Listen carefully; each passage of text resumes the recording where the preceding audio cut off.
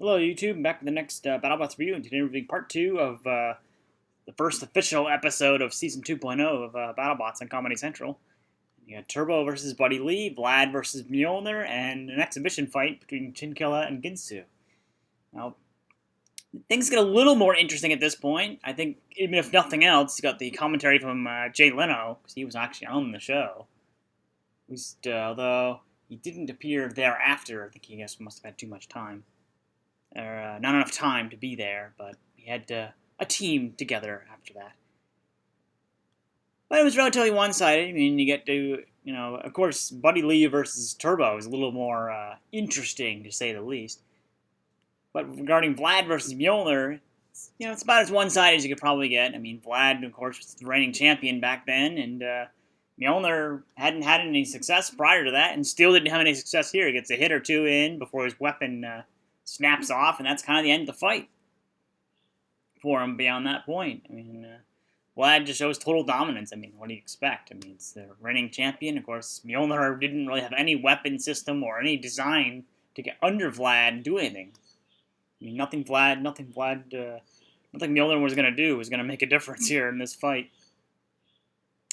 So now we get on to, Turbo versus Buddy Lee Don't Play in the Street. It was somewhat comical because of what ended up happening, mostly because Turbo physically stopped moving, both rotationally and translationally. Its entire drive system had failed. In fact, as we find out in Season 3, all the impacts from striking Buddy Lee transferred into the wheels, and they fell off. So that was the end of the fight for them. They were no longer moving or working, but they didn't call the fight because Buddy Lee kept coming at them as though they were still moving. So they basically were keeping Turbo from being counted out. And of course, John Salisbury ends up not really understanding the decision, even though it was clear that Buddy Lee gets the aggression points, and Turbo is dead. I mean, regardless of how much damage Buddy Lee took, it kept coming at him and didn't really harm the drive at all. I mean, they lost a tire, and that was kind of about it in terms of something that wasn't cosmetic. I mean, most of the damage was cosmetic. I mean, the Dalmatians were cosmetic. In fact, lost the ladder, that was cosmetic. Lost the tailgate at the back, that was cosmetic. But yet, it didn't matter. I mean, I guess it was some minor damage. I mean, it was pretty minor damage. Not get into minor damage. Even then, it was it wasn't probably the fight we thought it was going to go. But it was relatively interesting, but comparing to, Vlad versus Mjolnir, I think we all knew that's how that was going to go. But this fight, you're kind of looking at it going, there's no way. Buddy Lee is going to get totally ripped up, but it didn't. I mean, it kind of did, but it wasn't anywhere near the damage I think we would have thought. And it wasn't the decision I don't think any of us thought was going to come out of that either. Because we probably didn't pick up on the fact that Turbo wasn't moving. I don't think I picked up on it right away. But it's totally understandable that they would give it to Buddy Lee. They were in control of much of that fight. I mean, Turbo didn't show much of aggression. He got the damage, obviously. But I'd give Buddy Lee some damage points as well, only because of the self-inflicted damage.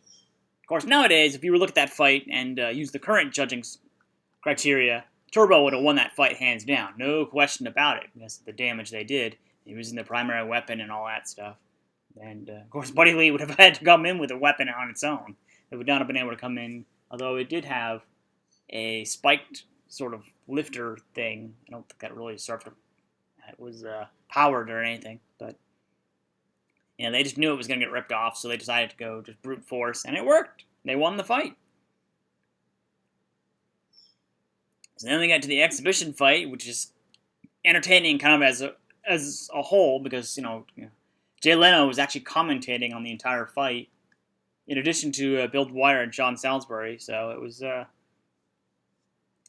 it kind of made for a relatively entertaining fight. Of course, it's Comedy Central. I guess they knew Jay Leno would be a good fit for the show, and he was.